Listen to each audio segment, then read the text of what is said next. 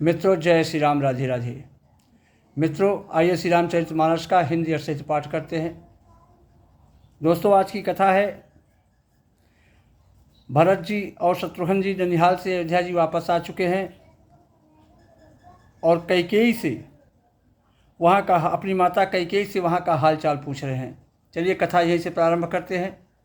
तो भरत ही बिसरऊ पितु मरण, सुनत राम बन गौन, हेति अपन पऊ जान जिया, थकित रहे धरि मौन। भारत ही बिसरहु पितु मरण, सुनत राम बन गौन। श्री राम जी का बन जाना सुनकर भरत जी को पिता का मरण भूल गया और हृदय में इस सारे अनर्थ का कारण अपने को ही जानकर, हेति अपन पऊ जान जी, अपने हृदय में अनर्थ का कारण अपने को ही मान लिया भरत जी। मौन होकर स्तंभित रह गए, वो मौन हो गए, चुप हो गए, उनकी बोली बंद हो गई, उनकी आवाज़ बंद हो गई। अब विकल बिलो की श्रुत ही समुझावती, अब मनहु जरे पर लोन लगावत। पुत्र को व्याकुल देख कर कैकेयी समझाने लगी, मानो जले पर नमक छिड़क रही हो कैकेयी। भरत जी को ऐसा लग रहा है, अता तराउ नहीं सोचई जोगू, अब बिढ़ई सुकृत जसु कीन्हे भोगू। हे तात, हे पुत्र, राजा सोच करने योग्य नहीं होते। राजा को सोच नहीं करना चाहिए।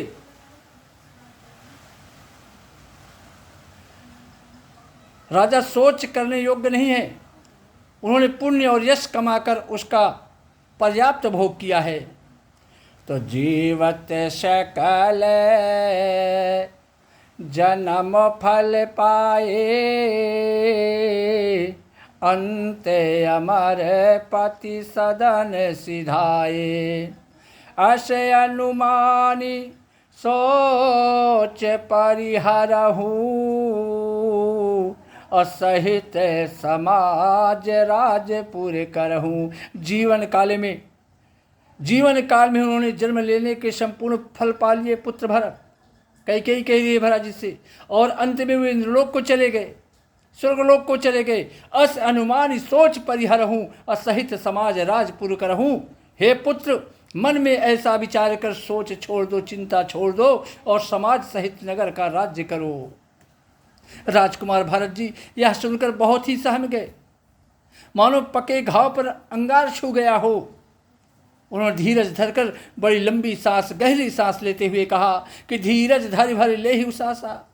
धीरज धर करके भरत जी बड़ी लंबी गहरी सांस लेते हुए कहा कि हे पापनी, तूने सभी तरह से कुल का नाश कर दिया। यदि तेरी ऐसी अत्यंत बुरी रुचि दृष्ट इच्छा थी तो तूने जन्मते ही मुझे मार क्यों नहीं डाला।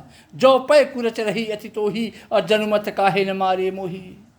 अगर तेरी यही दुष्ट इच्छा थी, बुरी इच्छा थी, तो तूने जन्म लेते ही मुझे क्यों नहीं मार डाला। पेड़ काटी तय पालऊ सींचा, तूने पेड़ को काटकर पत्ते को सींचा है, और मीन जिया नित्य बारी उलीचा, और मछली के जीने के लिए पानी को उलीच दिया। अर्थात मेरा हित करने जाकर उल्टा तूने मेरा हित ही कर डाला। हंस वंश दशरथ जनक, राम लखन से भाई, जननी तू जननी भई, विधिसन कछु न बसाई। मुझे सूर्यवंश दशरथ जी पिता और राम लक्ष्मण जैसे भाई मिले, पर हे जननी, मुझे जन्म देने वाली माता तो तुम हुई। अब क्या किया जाए, विधाता से कुछ भी वश नहीं चलता मेरा। और जब तय कुमति कुमत जी ठहू, अरे कुमति, जब तूने हृदय में यह बुरा विचार निश्चय ठान ही लिया था, तो उसी समय तेरे हृदय के 100 टुकड़े क्यों नहीं हो गए। अब बार बार मांगत मन भई नहीं पीड़ा। वरदान मांगते समय तेरे मन में, तेरे हृदय में कुछ भी पीड़ा नहीं हुई। तेरी जीभ कटकर गिर क्यों नहीं गई, तेरे मुंह में कीड़ा क्यों नहीं पड़ गए। भरत जी अपनी माता कैकेयी को इस तरह डांट रहे हैं। तो भूप प्रतीत तोर किमि कीन्ही, अमरन काल विधिमति हर लीन्ही।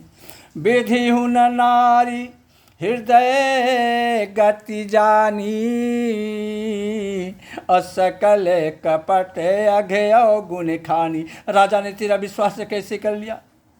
भरत जी कह रहे कि पिताजी कैसे विश्वास कर लिया? जान पड़ता है विधाता ने मरने के समय उनकी बुद्धि को भ्रष्ट कर दी। अरे विधि हुन नार हृदय गति जानी।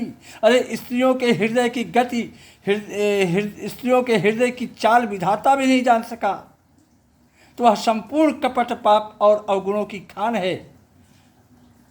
फिर राजा तो सीधे साधे, मेरे पिताजी, भरत जी कहे कि मेरे पिताजी सीधे सुशील और धर्मपरायण थे।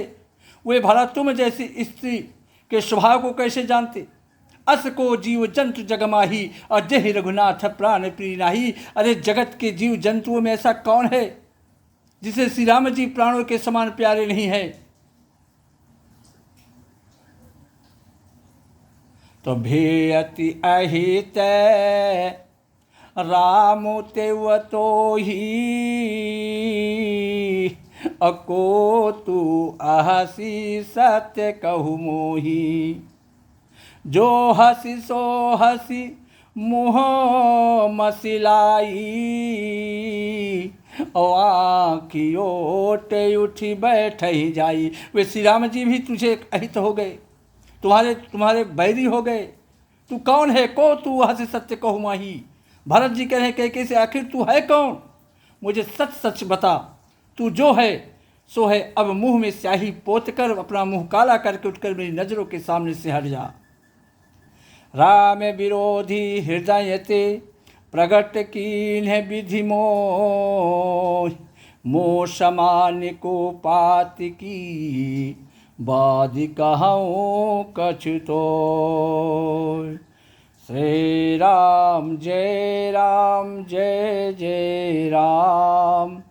श्री राम जय राम जय जय राम। जय श्री राम। राधे राधे।